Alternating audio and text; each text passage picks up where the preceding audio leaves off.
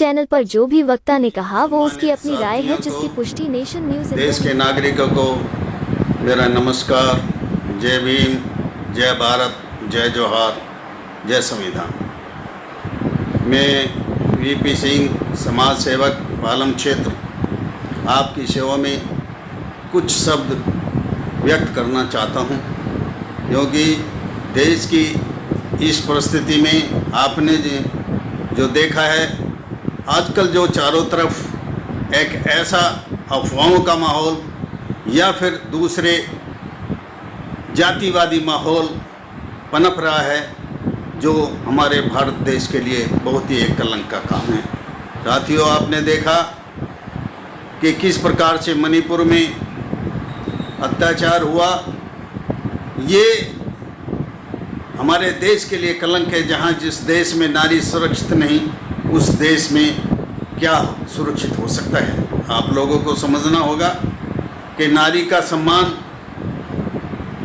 सर्वोपरि है, और जिस देश में संविधान के अनुसार भारत की नारियों को बराबर का अधिकार दिया गया है, उसके बावजूद भी अगर नारियों के साथ में इस प्रकार का घिनौना अत्याचार जैसे मणिपुर में हुआ, हाथरस में हुआ या अन्य जगह पर हो जा रहा है, वो देश के लिए एक शर्म की बात है। मैं इस सब के पीछे इस देश में फैली हुई मानसिकता के बारे में बात करना चाहूँगा कि मानसिकता ये देश में क्यों जन्म लेती है, क्यों इस प्रकार से देश में इस प्रकार के उपद्रव होते हैं। इन सब के पीछे मूल कारण है हमारे देश में जातिवाद। हिंदू धर्म में जो जातिवाद है, एक के ऊपर एक है, इस व्यवस्था को आपने जो है ठीक करना होगा। और जब तक ये ठीक नहीं होगी, हमारे अंदर ऊंच नीच की भावना रहेगी, तब तक इसी प्रकार के अत्याचार अनाचार होते रहेंगे।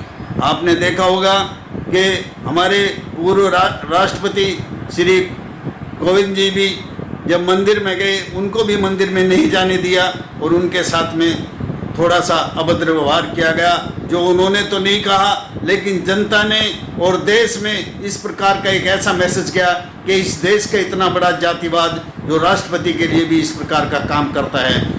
वर्तमान में जो राष्ट्रपति बनी, उनका भी शुद्धिकरण किया गया। वहाँ भी बहुत लोगों के द्वारा पाखंडवाद फैलाकर उनका शुद्धिकरण करके तब वो राष्ट्रपति भवन में गई।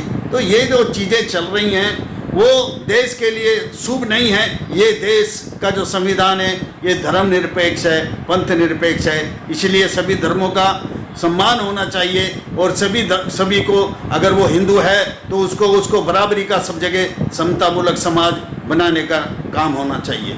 आपने देखा होगा कि हमारे कुछ ऐसी भाइयों को मूछ रखने पर मार दिया जाता है। हाथ में अच्छी घड़ी देखते हैं तो उस घड़ी उसने अच्छी को पहन रखी है, उसको मार, उसकी हाथ की कलाई को काट दिया जाता है। अगर वो घोड़े पे चलता है तो उसको मारपीट कर दिया जाता है, और दूल्हे को बारात पे घोड़ी पे नहीं चढ़ने दिया जाता है। तो जब इस प्रकार का जातिवादी उन्माद फैल रहा है, तो ये कैसे दूर हो, उसके लिए हम सब भारत देश के सभी नागरिकों को सोचना होगा कि किस प्रकार से हम रोज आए दिन नए नए अध्यादेश जारी करके कानून बना रहे हैं। क्या इस देश में से जाति व्यवस्था को खत्म करने के लिए हम कोई कानून नहीं बना सकते? क्या इसका जातिवाद का उन्मूलन नहीं होना चाहिए? क्या इस देश में से जातिवाद खत्म नहीं होना चाहिए? जब सबकी एक जाति होगी, सबका एक राष्ट्र होगा और सबको समानता का अधिकार होगा, तो ये देश महान होगा, ये विश्व गुरु भारत बनेगा। और कहते हैं ना, जब ये देश में इसमें सामाजिक एकता थी, समानता ही संतामूलक समाज था, तो उसी वक्त ये देश जो है विश्व गुरु था। ये भी जो उस बुद्ध काल की बात है कि उस वक्त जो है खुले दरवाजे, सभी लोग सोते थे, एक दूसरे का सम्मान करते थे। लेकिन आजकल कोई किसी का सम्मान नहीं करता है, एक दूसरे के खून के प्यासे रहते हैं कि इसकी कमीज मेरी कमीज से सफ़ेद क्यों है, ये इतना आगे कैसे बढ़ रहा है, ये पीछे कैसे किया जाए। तो इस प्रकार की भावना होगी तो इस देश में अराजकता फैलेगी, और इस अराजकता का मूल कारण है कि हमारे देश में फैली इस व्यवस्था को हम जल्दी से जल्दी दूर करें, वरना तो ये देश में एक अंदर खाने एक विस्फोटक का काम करेगी। तो वो देश के नागरिकों, हम सभी का कर्तव्य बनता है कि इस देश में से इस व्यवस्था को दूर करें और इस देश में एक सामाजिक न्याय की बात करें। इस देश को वैज्ञानिक तौर पर इसको आगे बढ़ाने का काम करें, ना कि किसी पुराने रूढ़िवादी पाखंडवादी विचारधारा के आधार पर हम इसको चलाएं। तो साथियों, इस देश को चलाना है तो संविधान से चलाना होगा, वरना तो ये देश देश नहीं रहेगा। इस देश की जो विषमता है, जो इसकी महानता है, वो सब कुछ खत्म हो जाएगी। मैं इन्हीं शब्दों के साथ आपसे चाहूँगा कि इस देश में भाईचारा सद्भाव बनाए रखें और इस देश में समतामूलक समाज निर्माण करने की कोशिश करें। कोई किसी को ऊंचा छोटा बड़ा ना समझे और इस जातिवाद को ख़त्म करने में अपना योगदान करें, जिससे कि हम इस देश को, इस भारत देश को एक महान देश राष्ट्र निर्माण कर सकें। इन्हीं शब्दों के साथ जय भीम, जय भारत, जय संविधान।